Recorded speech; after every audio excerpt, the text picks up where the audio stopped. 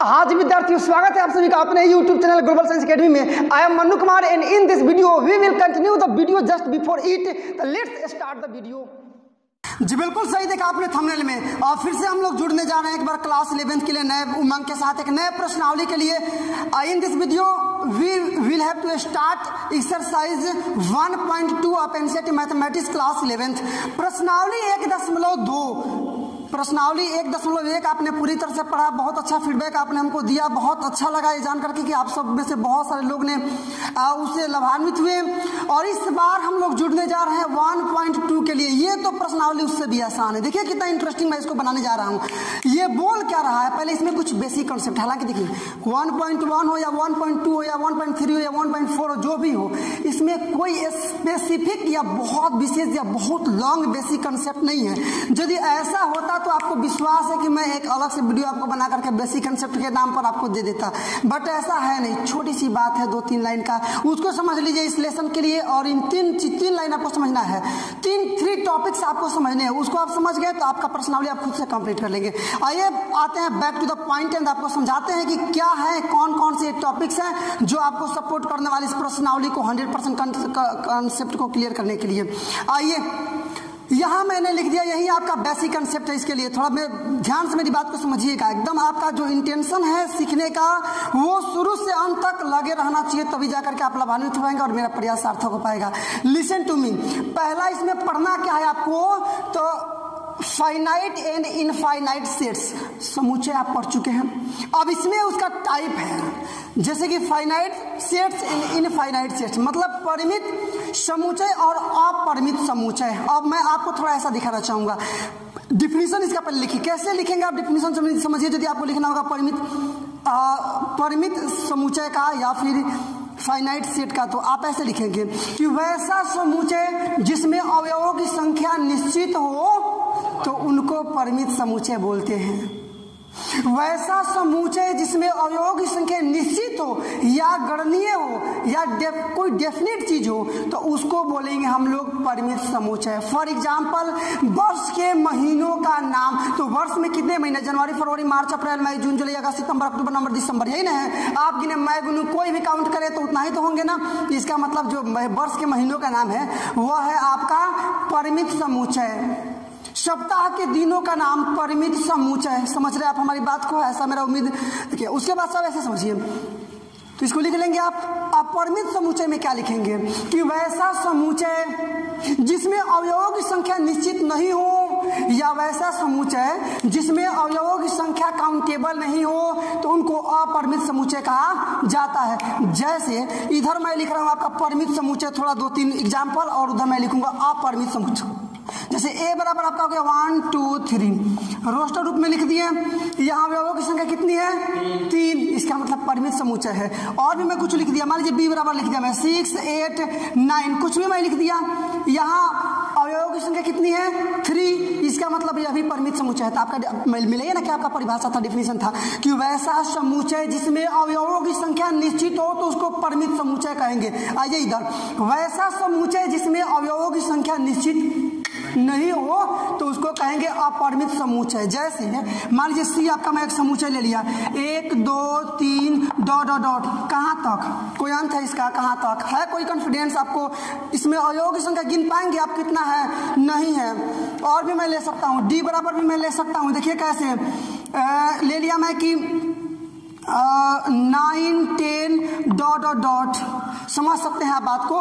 तो वैसा समुच्चय जिसमें अवयवों की संख्या निश्चित या काउंटेबल हो तो उसको परिमित समुच्चय कहेंगे। जबकि वैसा समुच्चय जिसमें अवयवों की संख्या निश्चित नहीं हो या काउंटेबल नहीं हो तो वी कैन से दैट क्या कि infinite sets. Any problem, doesn't matter. आपका पहला टॉपिक कंप्लीट। दूसरे में लग जाइए, रिक्त समुच्चय। आसान, मतलब ऐसा समुच्चय जिसमें कोई अवयव नहीं हो। रिक्त नाम से आपको क्या स्पष्ट होता है? इम्पटी, रिक्त, खाली। क्या समझ रहे हैं आप इन चीजों से? इसका मतलब कि खाली है, कोई अवयव नहीं है। जैसे छोटा सा एग्जाम्पल, मान लीजिए कि हमारे क्लास में 5 लड़के हैं, कि माने हमारे क्लास में केवल लड़के ही बैठे हैं, केवल लड़के बैठे, बॉयज स्टूडेंट है, ठीक है ना, और 5 ही हैं, और मैं कहूंगा कि इसमें एक लड़की है जिसका नाम है सीता, तो है क्या संभव? मैंने बोला कि 5 ही लड़के हैं, केवल लड़के ही ये 5 है, तो सीता लड़की कहाँ से आ जाएगी? आ सकती है क्या? नहीं आ सकती है ना, रिक्त समुच्चय। और भी मैं बोल सकता हूँ, ये 5 उंगलियां देख रहे हैं ना, आप देख रहे हैं ना, तो इसमें से इस 5 उंगली में से 10वां उंगली है क्या? इसमें से हो सकता है क्या? 5 उंगली में से 10वां उंगली कैसे हो सकता है? रिक्त समुच्चय है, आप समझ सकते हैं। या फिर मैं कोई भी एक समुच्चय और लिख दिया, मान लीजिए मैं ए बराबर लिख दिया कि 9, 10 और 11 लिख दिया ना मैं। अब इसमें कहूंगा ना, मैं इसमें मैं पूछ रहा हूं 18 है क्या इसमें? इसका मतलब ये रिक्त समुच्चय है। रिक्त समुच्चय को ऐसे लिखते हैं, या फिर रिक्त समुच्चय को केवल ऐसे कर देंगे, इसका मिला आ रहा है यहाँ तक, तो इसका भी मतलब रिक्त समुच्चय हो गया। आप डिफिनेशन कैसे लिखिएगा?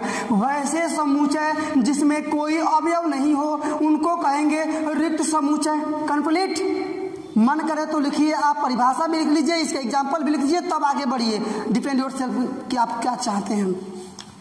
ये समान समुच्चय, इक्वल समुच्चय, ये भी आसान। वैसे 2 समुच्चय जिनमें, मेरे साथ बोलिए, वैसे 2 समुच्चय जिनमें समान अवयव हो तो उनको समान समुच्चय कहेंगे, इक्वल सेट कहेंगे। जैसे ए बराबर मैं लिख दिया 1 2 3 4, आया बात समझ में? यहाँ बी बराबर मैं लिख दिया 4 3 2 1, आया समझ में?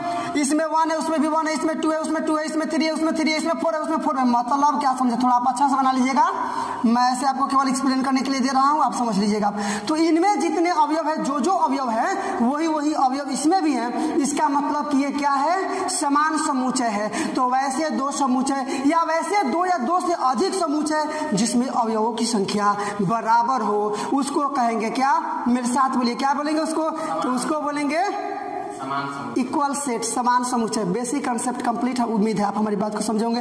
प्रश्न संख्या 1 की बात करूंगा, कोई लॉन्ग लपेटी नहीं है, कोई तामझाम नहीं है, कोई दिखावा नहीं है, डायरेक्टली काम की बात मैं आज करने वाला हूं। क्वेश्चन नंबर 1 स्टार्ट होता है आपका, तो चलिए स्टार्ट करते हैं क्वेश्चन नंबर 1।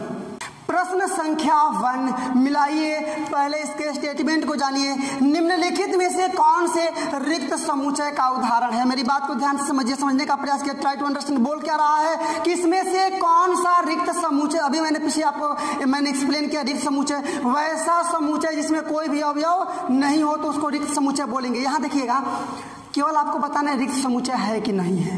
यदि है तो बोलेंगे रिक्त समुच्चय है, नहीं है तो बोलेंगे रिक्त समुच्चय नहीं है। जैसे पहला 2 से भाज्य विषम प्राकृत संख्याओं का समुच्चय, पता करो ना, 2 से भाज्य विषम संख्याओं का समुच्चय। पहले 2 से भाज्य संख्याएं क्या है? 2 है, 4 है, 6 है, 8 है। और विषम संख्याओं का समुच्चय, विषम संख्या क्या है? जो 2 से नहीं कटे, मतलब 1 है, 3 है, 5 है, 7 है, 9 है, यही ना।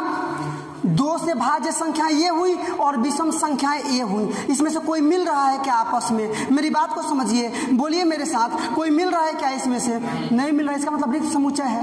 नहीं समझिए आप? डायरेक्टली भी आंसर लिख सकते हैं कि यह एक रिक्त समुच्चय, बात खत्म। चाहे कारण भी लिख सकते हैं कि 2 विषम सम संख्या, 2 से भाज्य संख्या ये डॉट डॉट डॉट है, जबकि अभाज्य संख्या ये है, अतः स्पष्ट है कि यह एक रिक्त समुच्चय। नहीं पहचान लेंगे, केवल यही आपको पहचाना है रिक्त समुच्चय है कि नहीं है। तो पहला का आंसर हम लोग डायरेक्टली आंसर लिख रहे हैं जी, सॉल्यूशन। पहला क्या लिखेंगे कि यह एक रिक्त समुच्चय है। यह एक क्या है? तो रिक्त समुच्चय है, ठीक है ना। केवल आपका इतना ही एक्सप्लेनेशन रहेगा, आपका आंसर इतना, सॉल्यूशन आपका रहेगा। नंबर 2 इसका देखिए, सम अभाज्य संख्याओं का समुच्चय। सम अभाज्य संख्याओं का समुच्चय, 2 चीजें इसमें भी, सम संख्या और अभाज्य संख्या। मेरी बात को समझिए, सम अभाज्य संख्याओं का समुच्चय मतलब सम भी है, अभाज्य भी है। सम का मतलब क्या? जो 2 से कटे, जैसे क्या 2, उसके बाद से 2 3, सम का मतलब 2 4 6 8 10। तो ये रहे आपके सम समुच्चय, सम रहा ना। अब अभाज्य, अभाज्य लिखेगा जो अपने अलावा किसी और से नहीं कटे। जैसे अभाज्य में देखिएगा तो क्या होगा आपका? 2 3 5 7 11, यही ना। तो देखिएगा ये सम संख्या है, ये अभाज्य संख्या है। तो 2 सम संख्या में भी है और 2 अभाज्य संख्या में भी है, तो 2 दोनों में है ना। इसका मतलब यह रिक्त समुच्चय नहीं है, क्योंकि वैसा समुच्चय जिसमें कोई अवयव नहीं हो पाए। इसमें तो एक अवयव मिल रहा है ना, दो मिल रहा है ना, अभाज्य भी है और क्या, अभाज्य भी है और सम भी है। इसका मतलब लिखेंगे यहाँ पर, चाहे तो लिख सकते हैं कि दो सम तथा अभाज्य संख्याएं अतः यह रिक्त समुच्चय नहीं। डायरेक्टली ऐसे लिख सकते हैं कि दो उभयनिष्ठ संख्या, उभयनिष्ठ का मतलब दोनों में शामिल है, सम संख्या में भी शामिल है, अभाज्य में भी शामिल है, अतः यह रिक्त समुच्चय नहीं है। लिख लेंगे ना, रिक्त का मतलब यही समझिएगा जिसमें कोई अवयव नहीं हो। यहाँ दो मिल रहा है, दोनों में जा रहा है, इसलिए रिक्त समुच्चय नहीं है। तो लिखेंगे सॉल्यूशन में क्या कि यहाँ दो सम अभाज्य संख्या है ना जी, सम अभाज्य संख्या है, अतः यह रिक्त समुच्चय नहीं है। यह मतलब ये वाला जो समुच्चय बोल रहा है, यह रिक्त समुच्चय मिला लीजिएगा आप, और नहीं है। क्वेश्चन नंबर इसका 2 भी कंप्लीट। 3 में ये x रेशियो x, यह क्या है, एक प्राकृत संख्या है, लेकिन x जो है वो 5 से छोटा है और 7 से बड़ा है। एक संख्या निकालिए जो 5 से छोटा और 7 से बड़ा हो। कौन ऐसी संख्या है जो 5 से छोटा और 7 से बड़ा है? कोई ऐसी संख्या है क्या? मान लीजिए मैं यहाँ पर लिख रहा हूँ आपका नंबर लाइन, तो यहाँ मान लीजिए आ गया 4, तो 5, तो 6, तो 7, तो 8। आया बात समझ में? 5 से छोटा का मतलब 4, 3, 2, 1। 7 से बड़ा, देखिए ना क्या बोल रहा है, 7 से बड़ा, इसका मतलब 8, 9। तो है क्या उभयनिष्ठ कोई मिल रहा है? कोई ऐसी संख्या मिल रही है जो कि 5 से बड़ा हो और 8 से छोटा हो? नहीं मिल रही है ना दोनों में। या तो 5 से छोटा लीजिएगा तो 4, 3, 2, 1 आएगा, तो 8 से बड़ा लीजिएगा तो 9, 10, 11, 12, 13, 14, 15 ये ना आएगा। कोई एक संख्या ऐसी नहीं है, मेरी बात को समझिए, आज मैं आपको समझा कर रहूँगा। एक ऐसी संख्या चुनिए जो कि 5 से छोटा भी हो और 8 से बड़ा हो। ऐसा कभी हो नहीं सकता है, ठीक है ना। तो लिखेंगे कि यह एक क्या है, रिक्त संबंध है, चाहे रिक्त समुच्चय है। क्या लिखेंगे यहाँ सॉल्यूशन में कि यह एक रिक्त समुच्चय है, रिक्त समुच्चय है। हो जाएगा ना। नंबर 4 ये y है आपका किन्हीं दो समानांतर रेखाओं का उभयनिष्ठ बिंदु। समानांतर रेखा का मतलब क्या? वैसी रेखा जो एक दूसरे को कहीं प्रतिच्छेद नहीं करती हैं, तो उनको समानांतर रेखा बोलते हैं। जैसे ये समानांतर रेखाएं हैं, तो समानांतर रेखाओं में कोई उभयनिष्ठ बिंदु बन रही है क्या? उभयनिष्ठ का मतलब क्या? ये दो रेखाएं एक दूसरे को काटेंगे तो ये बिंदु उभयनिष्ठ है, मतलब दोनों रेखाओं पर हो। तो समानांतर रेखाओं में कोई उभयनिष्ठ बिंदु बन रही है, इसका मतलब ये रिक्त संबंध है। कोई इसमें अवयव नहीं बन रहा है, कोई ऐसा बिंदु नहीं बन रहा है। तो लिखेंगे कि यह एक रिक्त समुच्चय है। यह एक क्या है? तो रिक्त समुच्चय है। एक्सप्लेनेशन के लिए आपको मैं वो लिख रहा हूँ, रिक्त समुच्चय है। तो इस प्रकार से क्वेश्चन नंबर 1 आपने किया कंप्लीट। आप देखें कितना आसान था। रिक्त संबंध आपको पहचानना था, तो वैसे समुच्चय, रिक्त समुच्चय पहचानना था। वैसे समुच्चय जिसमें कोई भी अवयव नहीं हो तो उनको क्या बोलेंगे? रिक्त समुच्चय, खाली समुच्चय, समझ रहे हैं ना, एम्प्टी सेट वगैरह वगैरह बोलेंगे, ठीक है ना। तो क्वेश्चन नंबर 1 का चलिए, तो अब हम लोग को करना है इसका क्वेश्चन नंबर 2। मिलाइए क्वेश्चन नंबर 2 क्या बोल रहा है। कह रहा है ना, पहले इसके स्टेटमेंट को पढ़िए, इसका इंस्ट्रक्शन पढ़िए, जिसको निर्देश भी बोल सकते हैं। ये बोल रहा है कि निम्नलिखित समुच्चयों में कौन परिमित समुच्चय और कौन अपरिमित समुच्चय है। सबसे पहले आप तो जान चुके हैं वीडियो के स्टार्टिंग में कि परिमित समुच्चय क्या है और अपरिमित समुच्चय क्या है। वैसा समुच्चय जिसमें अवयवों की संख्या निश्चित हो, काउंटेबल हो, उसको बोलेंगे परिमित समुच्चय। और वैसा समुच्चय जिसमें अवयवों की संख्या निश्चित नहीं हो, अर्थात वैसा समुच्चय जिसमें अवयवों की संख्या अनंत हो, तो उसको बोलेंगे अपरिमित समुच्चय। यही ना। अब इसी को फॉलो करके हम लोग पूरे क्वेश्चन को करेंगे, अंजाम देंगे। आप मेरे साथ बने रहिए। जैसे पहला देखिएगा, वर्ष के महीनों का समुच्चय। वर्ष के महीनों का समुच्चय, वर्ष में कितने महीने होते हैं? 12 ही ना होते हैं। जनवरी, फरवरी, मार्च, अप्रैल, मई, जून, जुलाई, अगस्त, सितंबर, अक्टूबर, नवंबर, दिसंबर, तो 12 ही महीने हैं। मतलब महीनों की संख्या तो निश्चित है, इसलिए यह कैसा समुच्चय है? परिमित समुच्चय है। समझ सकते हैं आप मेरी बात को। मतलब जिसमें अवयवों की संख्या निश्चित हो तो उसको बोलेंगे परिमित, जिसमें अनिश्चित हो अर्थात अनंत हो तो उसको बोलेंगे अपरिमित समुच्चय। तो यह परिमित समुच्चय में लिखेंगे कि चूंकि वर्ष में 12 महीने होते हैं, अतः यह एक परिमित समुच्चय है। क्या लिखेंगे हम लोग सॉल्यूशन में? सॉल्यूशन स्टार्ट करते हैं हम लोग यहाँ से। लिखेंगे कि वर्ष में कितने महीने होते हैं? 12 महीने होते हैं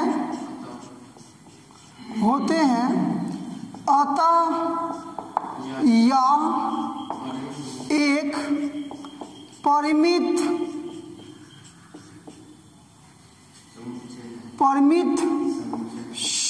समुच्चय है, इसको मिला लीजिएगा आप लोग, ठीक है ना। परिमित समुच्चय है। हो गया काम कंप्लीट।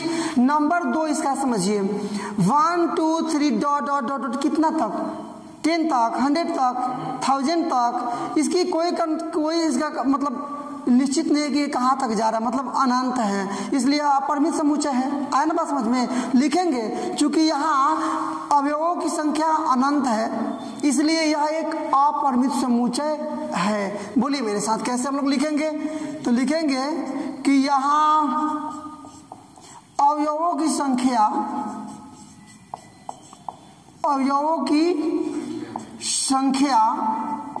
क्या है, अनंत बोल देते हैं, सबसे अच्छा रहेगा। अनंत है ना। अतः यह एक अपरिमित जी बिल्कुल अपरिमित समुच्चय है। अब समझिए मेरी बात को। अगला जो इसका थर्ड है, 1 2 3 डॉट डॉट डॉट 99 और 100, मतलब 1 से लेकर के और 100 तक, सभी तक न जा रहा है। देखिए डॉट डॉट का मतलब वही हुआ जैसे ये रेशियो, जैसे ये डिफरेंस पे दिया है ना, मतलब 1 1 का करके, ऐसे ये 1 1 में करके 99 100 तक है। तो इसमें कुल मिलाकर 100 ना अवयव है। तो लिखेंगे कि यहाँ कुल अवयवों की संख्या 100 है। तो 100 मतलब निश्चित हो गया ना, 100 तो आपका निश्चित हो गया, और निश्चित तो है नहीं, ये निश्चित हो गया। तो लिखेंगे कि चूंकि यहाँ अवयवों की संख्या, या फिर डायरेक्टली लिखेंगे कि यहाँ अवयवों की संख्या 100 है, अर्थात निश्चित है, तो 100 है, अतः यह एक परिमित समुच्चय है। लिखेंगे यहाँ पर सॉल्यूशन में कि यहाँ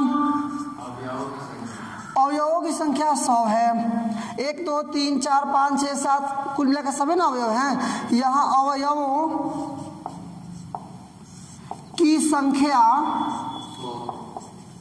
संख्या कितना है, 100 है, अतः यह एक क्या है, तो परिमित समुच्चय है। परिमित समुच्चय है। डायरेक्टली हम लोग आंसर ये लिख रहे हैं। क्वेश्चन नंबर इसका 4, 100 से बड़े धन पूर्णांकों का समुच्चय। 100 से बड़े धन पूर्णांक मतलब 101 102 103 डॉट डॉट डॉट कहाँ तक, लाखों करोड़ों अरबों खरबों को इसका लिमिट है नहीं है ना, मतलब इसमें भी अवयवों की संख्या अनंत है, इसलिए भी क्या हो जाएगा आपका अपरिमित समुच्चय होगा। लिखेंगे कि 100 से बड़े धनात्मक पूर्णांक, लिखिए ना क्या है कि 100 से सॉल्यूशन क्या लिखेंगे कि 100 से बड़े धनात्मक या फिर धन पूर्णांक क्या क्या है बोल सकते हैं आप। तो 101 होगा, 102 होगा, डॉट डॉट कहाँ तक है इसकी कोई गारंटी नहीं है। तो लिखेंगे अतः यहाँ अवयवों की संख्या अनंत है, इसलिए यह एक अपरिमित समुच्चय है। क्या लिखेंगे कि यहाँ अवयवों की संख्या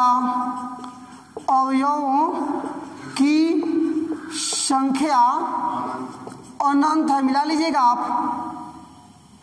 अवयवों की संख्या अनंत है, अतः यह एक, मिला लीजिएगा आप, अपरिमित समुच्चय है।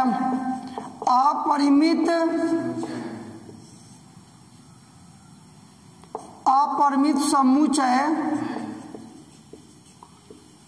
है, और इसका भी आंसर कंप्लीट। चलिए अब नंबर इसका 5 मतलब लास्ट। मेरी बात को ध्यान से समझिए, कोई विशेष डिफिकल्टी लेसन है नहीं, एक्सरसाइज है नहीं, इसलिए मैं ज़्यादा एक्स्ट्रा आपको समझाना भी नहीं चाह रहा हूँ। कम समय में ज़्यादा बात नहीं करके डायरेक्टली काम की बात करना चाहता हूँ मैं आज।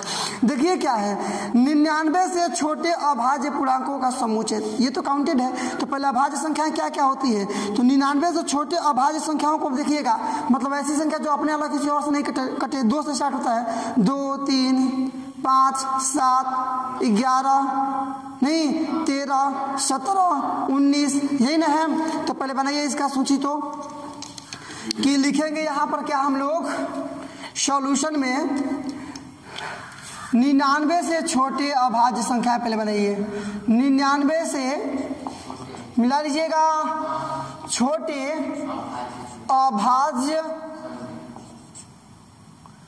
अभाज्य संख्याएं क्या क्या है? तो पहला तो 2 आएगा, उसके बाद 3 आएगा, 5 आएगा ना, 7 आएगा, डॉट डॉट डॉट, लास्ट में क्या आएगा आपका 97 रहेगा ना, 97 रहेगा। ये भी अभाज्य संख्या है। लिख दे, यहाँ देखिएगा, यहाँ तो हो गया ना। अब इसमें तो हम काउंट कर सकते हैं, इसमें सारे संख्याओं को लिखकर हम लोग काउंट कर सकते हैं, मतलब निश्चित है। अतः यह क्या है कि एक परिमित समुच्चय है। तो डायरेक्टली लिख देते हैं कि अतः यह एक क्या है, यहां मिला लीजिएगा परिमित समुच्चय है, परिमित समुच्चय है। बस आप देखेंगे इसका क्वेश्चन नंबर 3। देखिए क्वेश्चन नंबर 2 और क्वेश्चन नंबर 3 दोनों सेम क्वेश्चन है। क्वेश्चन नंबर 2 में आपको वही करना था कि पहचानना था कि कौन परिमित समुच्चय है और कौन अपरिमित समुच्चय है। क्वेश्चन नंबर 3 में भी आपको यही काम करना है, पहचानना है कौन परिमित समुच्चय है और कौन अपरिमित समुच्चय है। तो वैसा समुच्चय जिसमें अवयवों की संख्या निश्चित हो तो वो है परिमित समुच्चय, और वैसा समुच्चय जिसमें अवयवों की संख्या अनिश्चित हो या अनंत हो या अनकाउंटेबल हो उसको बोलेंगे क्या हम लोग, अपरिमित समुच्चय। समझ सकते हैं आप। तो चलिए try to understand and let us solve question number 3। मिलाइए क्या है पहला, एक्स अक्ष के समानांतर रेखाओं का समुच्चय। आप देखिए ना डायरेक्टली, मान लीजिए कि ऐसे यही ना आपका होता है, ये आपका हो गया ग्राफ, मिला लीजिएगा। तो ये एक्स अक्ष है, एक्स और एक्स जैसा ना, इसके समानांतर यहाँ भी यहाँ भी यहाँ भी यहाँ भी यहाँ भी यहाँ भी जितना बढ़ाते जाएंगे हम लोग अनंत रेखाएं खींच सकते हैं। अब समझ सकते हैं कि इसके समानांतर से कितना भी रेखा हम लोग खींच सकते हैं ना। अर्थात यहाँ कहेंगे कि एक अक्ष के समानांतर रेखाओं की संख्या अनंत है, अतः यह एक क्या है, अपरिमित समुच्चय है। समझ सकते हैं आप। तो स्टार्ट कर देते हैं क्वेश्चन नंबर 1 का सॉल्यूशन। आप मेरी बात को समझ रहे होंगे, ऐसा मेरा उम्मीद है। लिखेंगे कि एक्स अक्ष के समानांतर रेखाओं की संख्या अनंत है, रेखाओं की संख्या अनंत है ना, अनंत है। यहां से लिख रहे हैं, चूंकि स्पेस को देखते हुए यहां से लिख रहे हैं, मिला लीजिएगा आप लोग। अतः मिला लीजिएगा यह एक अपरिमित समुच्चय, मिला लीजिएगा समुच्चय है। तो क्वेश्चन नंबर इसका 1 कंप्लीट। आप देख सकते थे कि एक अक्ष, अब ग्राफ तो आप जानते हैं ना, क्लास 9th में भी पढ़े हैं, 10th में भी पढ़े, 8th में भी पढ़े हैं, या 11th में भी आपको जानना है। एक अक्ष हम लोग खींचेंगे तो इसके समानांतर अनंत रेखाएं खींच सकते हैं, इसलिए यह क्या है। तो आप समझिए बात को क्या है। अब देखिए इसमें अंग्रेजी वर्णमाला के अक्षरों का समुच्चय। आप तो जानते हैं अंग्रेजी वर्णमाला में कितने अक्षर होते हैं, 26 ना होते हैं। तो यहाँ तो निश्चित है, अतः यह क्या है, परिमित समुच्चय। लिखेंगे कि अंग्रेजी वर्णमाला में अक्षरों की संख्या 26 है, अतः यह एक परिमित समुच्चय है। मेरे साथ बोलिए जो मैंने अभी बोला, ये आपका सॉल्यूशन रहेगा। क्या लिखेंगे कि अंग्रेजी वर्णमाला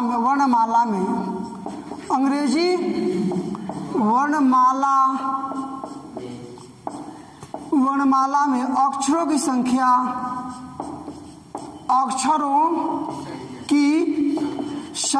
कितना है, 26 है, अतः यह एक परिमित समुच्चय है। अतः यह एक क्या है, यहां मिला लीजिएगा परिमित समुच्चय है, परिमित समुच्चय है, मिला लीजिएगा। आप, मैं बोल भी रहा हूँ, आप मेरी आवाज को भी सुन पा रहे हैं, इसलिए स्पेस को देखते देखिए। आप ये मैं साथ साथ क्वेश्चन नहीं लिखूंगा तो समझाने में मुझको समस्या होगी, आप समझ भी कम पाएंगे।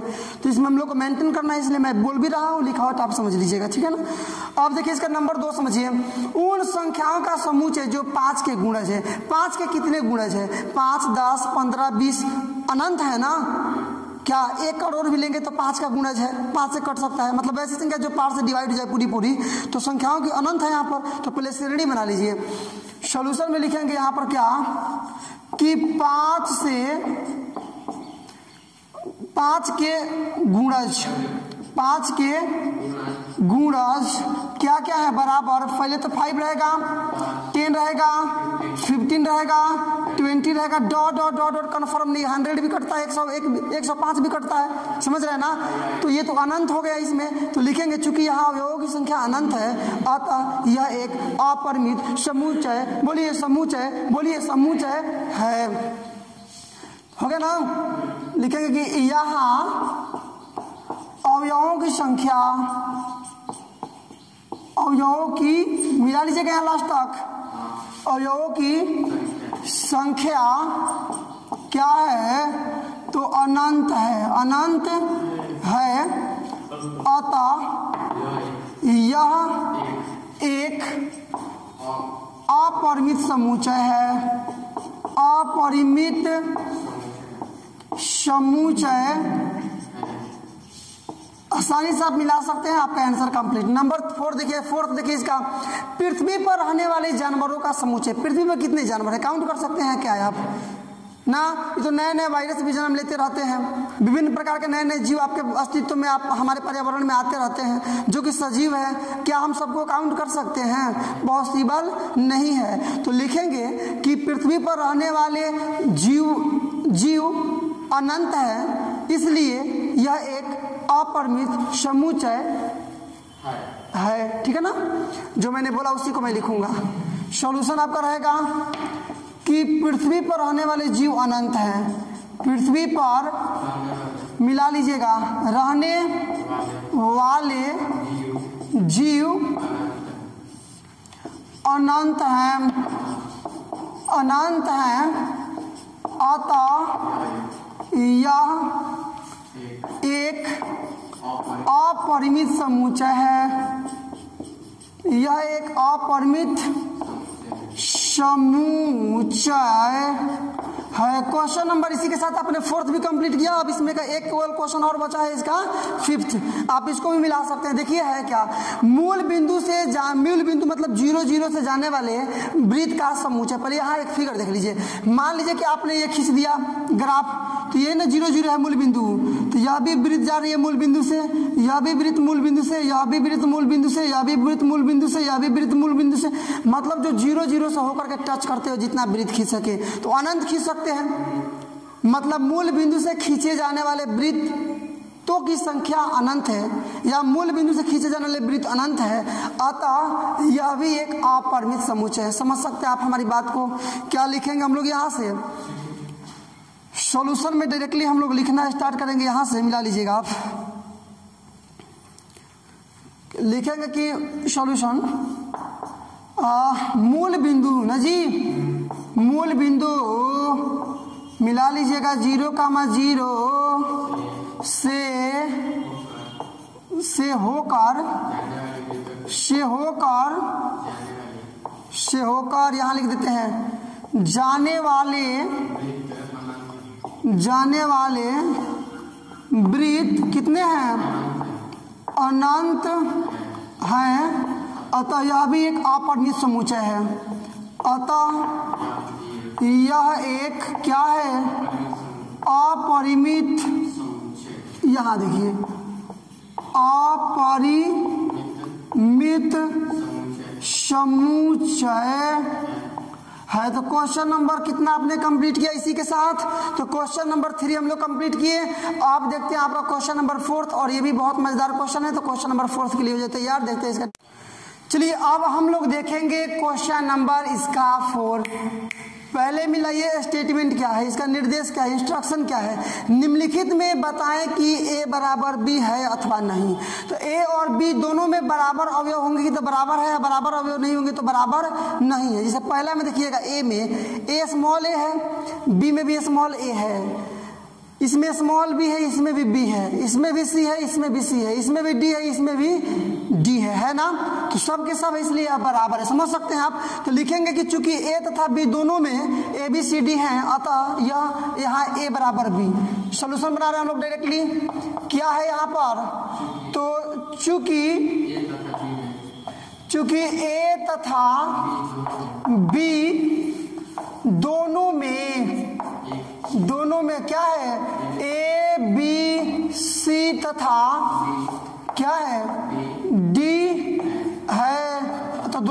में ना, अतः ए बराबर बी, पहला आंसर हो गया। नंबर इसका 2 देख लीजिएगा, 2 में आपका ए बराबर 4, 8, 12, 16 है और बी बराबर क्या है, तो 8, 4, 16, 18 है। यहाँ देख सकते हैं कि ए में 12 है ना, बी में 12 है, तो डायरेक्टली लिख देंगे कि चूंकि ए में 12 है और बी में 12 नहीं है, इसलिए यहाँ A is not equal to B. या फिर एक चीज़ और देख लीजिए, यहाँ बी में 18 है और ए में 18 नहीं है, तो ये भी लिख सकते हैं कि बी में 18 है, ए में 18 नहीं है, इसलिए A is not equal to B.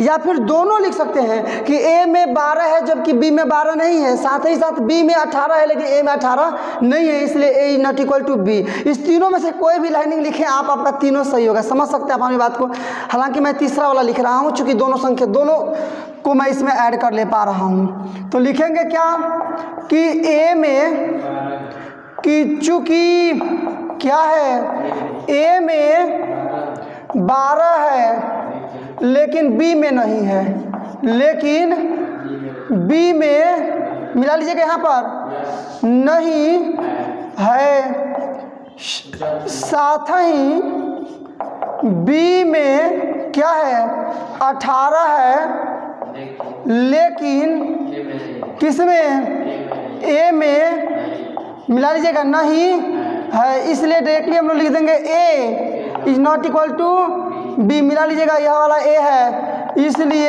A is not equal to B. Number 3 पाइए, ए बराबर 2, 4, 6, 8, 10 है। अब बी बराबर कह रहा है कि एक सम पूर्णांक है और 10 से कम है। एक लाइन इसको बना लीजिए, तो सरल कर लीजिए थोड़ा सा इसको। देखिएगा यहाँ क्या दिया है आपको कि ए बराबर है आपका क्या, तो 2, 4, 6, 8 और 10 है ना, यह तथा बी बराबर मिला लीजिएगा, बी बराबर, तो बी बराबर है एक्स, एक्स है क्या, तो सम पूर्णांक है, सम पूर्णांक है। और एक चीज और है, मिला लीजिए उसको भी, और x is less than is equal to 10, मतलब x का मान 10 से चाहे 10 से कम है, यही ना। तो इसको एक बार और निकाल लीजिएगा, b बराबर, समझिए क्या है, यह एक सम पूर्णांक है। सम का मतलब क्या है, जो 2 से कट जाए, जैसे 2, 4, 6, 8, 10, 12, 14, 16, 18, 20, समझना। लेकिन 10 या 10 से कम, मतलब 10 तक रुक देना है। तो चलिएगा 2, 4, 6, 8 और 10 तक ना चलना है, 10, यही ना b का मान होगा। अब मिला लीजिएगा, ए में आपका 2, 4, 6, 8, 10 है, यहाँ भी 2, 4, 6, 8 और 10 है, तो दोनों में बराबर है ना, इसलिए ए बराबर बी। क्या लिख देंगे कि चूंकि ए तथा बी दोनों में, फॉलो कीजिए मुझको, दोनों में क्या है, 2 मतलब 2, 4, 6, 8 और 10 और लिख देते हैं, और क्या है 10 है, इसलिए क्या हो जाएगा ए बराबर बी। यह भी आपका आंसर हो गया। अब नंबर इसका लास्ट मतलब क्वेश्चन नंबर 4 में, अब इस फोर्थ पार्ट देखिए क्या बोल रहा है। ये यहाँ पर है ना लास्ट है, चूंकि क्वेश्चन नंबर 4 में फोर्थ थे, तो ए बराबर है एक्स, जहाँ एक्स क्या है तो संख्या 10 का गुणज है, और बी क्या है तो 10, 15, 20, 25, 13 dot dot dot dot dot है, ठीक है ना। सबसे पहले ये तो रोस्टर रूप में आपका है, और ये जो है वो समुच्चय निर्माण रूप में है, तो दोनों को रोस्टर रूप में सबसे पहले बदल लेंगे, तभी कन्फर्म करना या फिर कंपेयर करना हम लोग के लिए ज़्यादा आसान होगा। तो सबसे पहले दोनों को रोस्टर रूप में हम लोग चेंज करेंगे। तो यहाँ देखिएगा सॉल्यूशन में, तो यहाँ ए का पहले मिला लीजिए, ए क्या है, तो ए बराबर है आपका कि x, और x क्या है तो x संख्या किसे 10 का गुणज है। गुणज का मतलब जो उसके टेबल में आता है गुणज है, मिला लीजिएगा, मतलब क्या हो गया 10 का गुणज। तो 10 का गुणज क्या होगा, पहले तो 10 होगा, उसके बाद 20, 30, 40 dot dot dot dot dot, समझे ना। तथा एक और मान दे दिया है जी बी का, डायरेक्टली रोस्टर रूप में यहाँ पर फॉर्मेट इसका दिया है, तो 10, 15, 20, 25, 30 डॉट डॉट दिया है ना, मिलाइएगा। यहाँ पर बी में 15 है, क्या ए में 15 है, नहीं है ना, बी में 25 है, सॉरी ये आपका 20 होगा ना, बी में आपका 25 है, ए में 25 है, नहीं है ना, इसलिए बराबर नहीं है। तो केवल मैं एक का मेंशन कर दे रहा हूँ, केवल 15 का लिखेंगे। चूंकि बी में 15 है लेकिन ए में 15 नहीं है, इसलिए क्या A is not is equal to B. लिखेंगे कि चूंकि बी में क्या है 15 है लेकिन ए में नहीं है, ए में नहीं है, क्या हो जाएगा, इसलिए ए और is not equal to b. Question number 4 आपने क्या कंप्लीट। अब 5 और 6 केवल 2 क्वेश्चंस आपके बच रहे हैं, इसके बाद वाले में इसमें देख लीजिए। अब अगला हम लोग बनाएंगे क्वेश्चन नंबर 5, उसके बाद नंबर 6 अब करेंगे। तो क्वेश्चन नंबर 5 इसका मिलाइए, बोल क्या रहा है, ट्राई टू अंडरस्टैंड। इसका इंस्ट्रक्शन है कि क्या निम्नलिखित समूचे युग्म समान है, कारण सहित बताइए। मतलब 2 क्वेश्चन इसमें है 5 में, आपको बताना है कि समान है कि नहीं है तो हाँ बोलना है, नहीं है तो नहीं बोलना है, समझे ना। तो देखिएगा, ए का वैल्यू आपका इतना दिया है रोस्टर फॉर्म में, बी का वैल्यू इतना दे दिया है रोस्टर मतलब समूचे निर्माण रूप में। दोनों को सबसे पहले रोस्टर रूप में व्यक्त कर लेते हैं, मतलब सॉल्यूशन में बनाइएगा। तो पहले क्या कर लेते हैं ना, देखिए ना, चूंकि बी क्या है तो एक जहां एक समीकरण इतना का एक हल है, तो पहले इसका हल निकाल लेते हैं ताकि रोस्टर में बैठाना आसान होगा।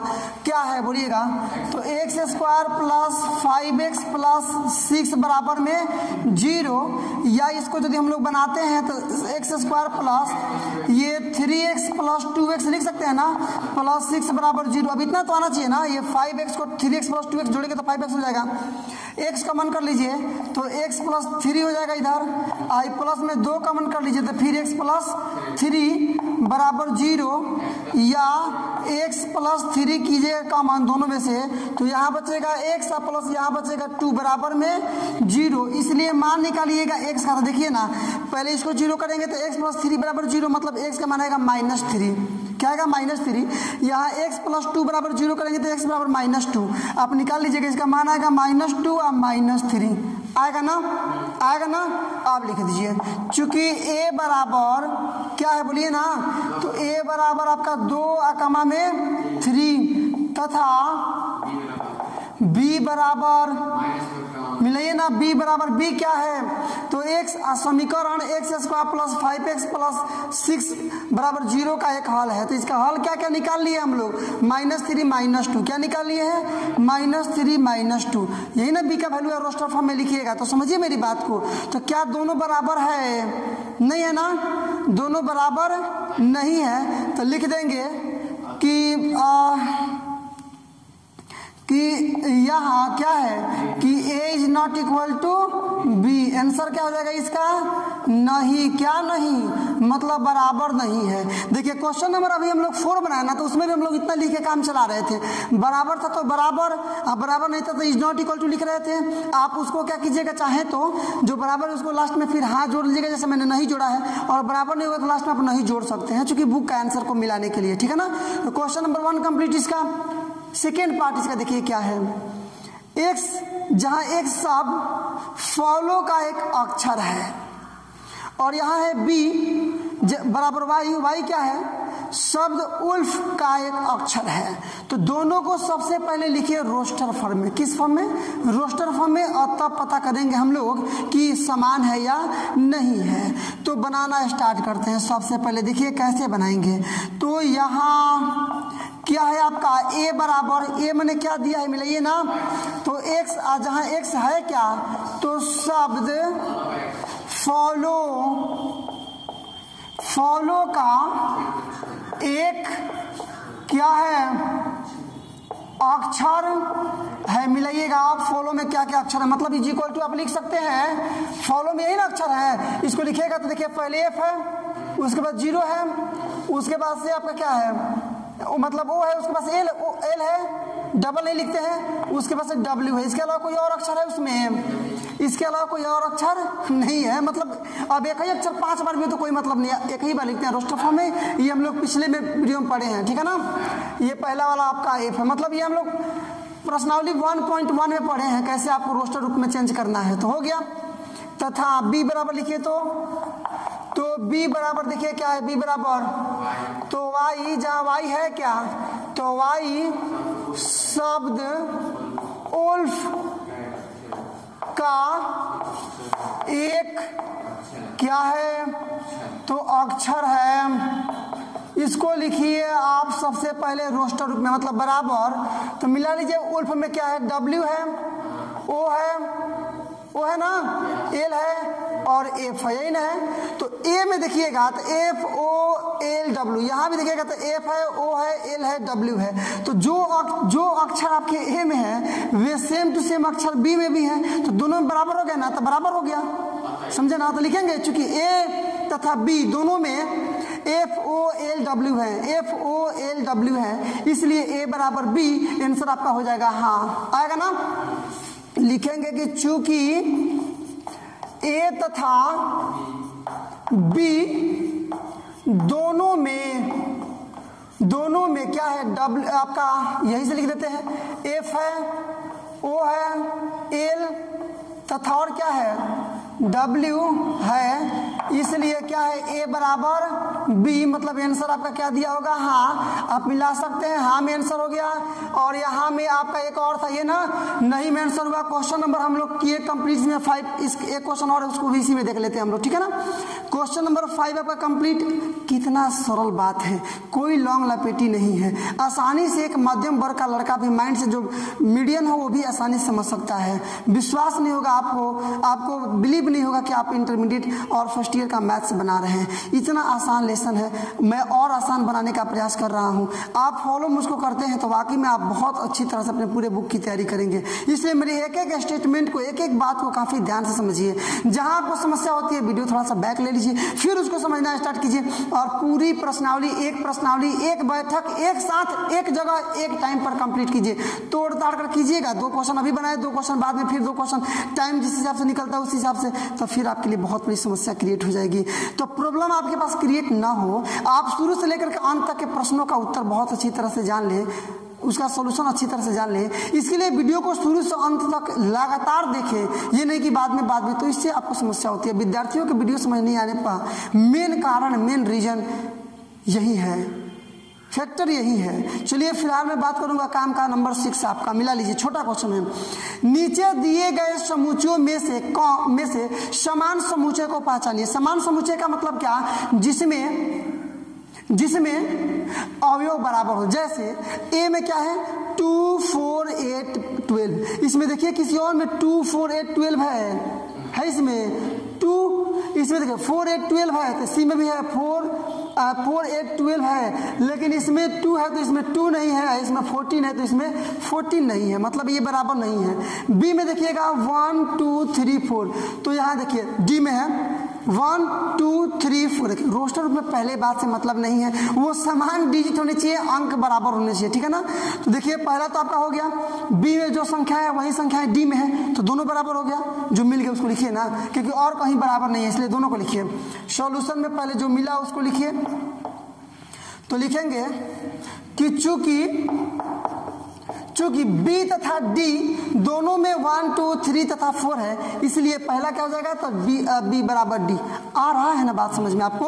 तो लिखेंगे क्या, चूंकि B और तथा क्या D दोनों में क्या क्या है, तो 1 2 3 तथा 4 है, अतः क्या हो जाएगा पहला कि B बराबर में D हो गया, B बराबर D हो गया।